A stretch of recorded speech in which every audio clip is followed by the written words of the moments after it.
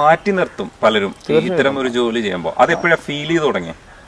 Feel ചെയ്തോണ്ട് 4 ആളുടെ കൂട്ടത്തിൽ അതെപ്പോഴും ഫീലിംഗ് അല്ലേ, നമ്മളത് കാണിക്കാൻ പറ്റും, പുറത്ത് കാണിക്കൂല. ഇപ്പോൾ ഞാൻ ഇദ്ദേഹത്തിൻ്റെ അടുത്ത് വരുമ്പോൾ ഇദ്ദേഹം സ്വാഭാവികമായിട്ട് രണ്ടുപേരും കൂടി മാറിയപ്പോൾ നമുക്ക് എന്തായാലും വിഷമം ഉണ്ടാവും. അത് ഫീൽ ചെയ്ത് അതെപ്പോഴും ഫീൽ ചെയ്യും. എന്തായാലും ചെയ്യുമ്പോൾ നമുക്ക് എന്തായാലും ഫീൽ ചെയ്യാണ്ടിരിക്കാം, മനുഷ്യനാണ്. ഇരുകാലി മൃഗമാണെങ്കിലും ജീവനുള്ളതല്ല, അപ്പോൾ എന്തായാലും ഫീൽ ചെയ്യും. നമ്മളൊരാൾ വന്ന് കഴിയുമ്പോൾ മറ്റുള്ളവർക്ക് നമ്മളോട് എന്തെങ്കിലും ഒരു നീരസം നമുക്ക് പെട്ടെന്ന് മനസ്സിലാക്കാൻ പറ്റും. കാരണം ചിരിച്ചുള്ള ഭാവം അവരെ ചുണ്ടിലറിയാൻ പറ്റും ഏത് തരത്തിലാണെന്ന്. എല്ലാവർക്കും എല്ലാതും സഹിക്കാൻ പറ്റുന്നവരില്ല. അപ്പോൾ നമ്മളാരും കുറ്റം പറയാനും പറ്റില്ല, അത് മനുഷ്യൻ. അല്ലാതെ ഇപ്പോൾ നാട്ടിൻ പുറത്ത് കല്യാണത്തിനൊക്കെ പോവാ കൂട്ടുകാരുടെ അടുത്തേക്ക് പോവാറില്ല. ചോദിക്കണ്ട, അതൊന്നും പോയി കണ്ട കാലമൊക്കെ എത്ര വർഷം മുന്നേ കണ്ട.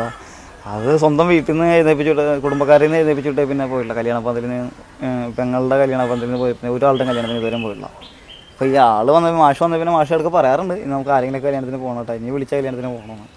എന്നിട്ട് നമുക്കറിയാം കല്യാണം വിളിക്കാനൊന്നും പോകണില്ല ആരും. കല്യാണം വിളിക്കില്ല, വിളിക്കൊന്നുമില്ല ആരും. അഥവാ വിളിച്ചാൽ വീട്ടിൽ കാരണന്മാരെങ്കിലും വിളിക്കണമെങ്കിൽ നമ്മളൊന്നും വേറെ ഫോർമാലിറ്റീസ് വന്നോട്ടെന്ന് പറയും. വന്നു കഴിഞ്ഞാൽ പിന്നെ അത് തീർന്നു.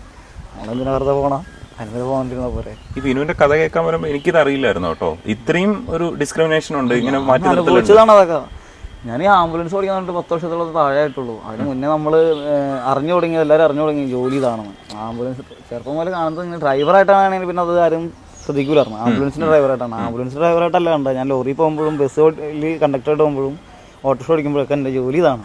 അതൊക്കെ എൻ്റെ മറയാണ്, ആ ജോലിയൊക്കെ ഇതിനോടുള്ള മറയണത്. അപ്പോൾ സ്വാഭാവികമായിട്ട് എല്ലാവർക്കും അറിയാം.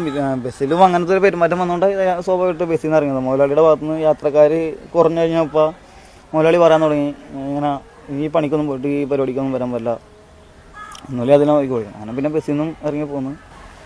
അത് സ്വാഭാവികം നമുക്ക് ഉണ്ടാവില്ല, വളർന്നു വന്ന സാഹചര്യം അതല്ലേ.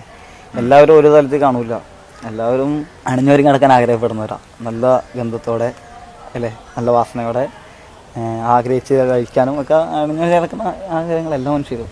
അപ്പോൾ നമ്മളവരെ ചെല്ലുന്ന ചിലപ്പോൾ നമ്മൾ മണമുണ്ടാവും, എന്തായാലും മണമുണ്ടാവും.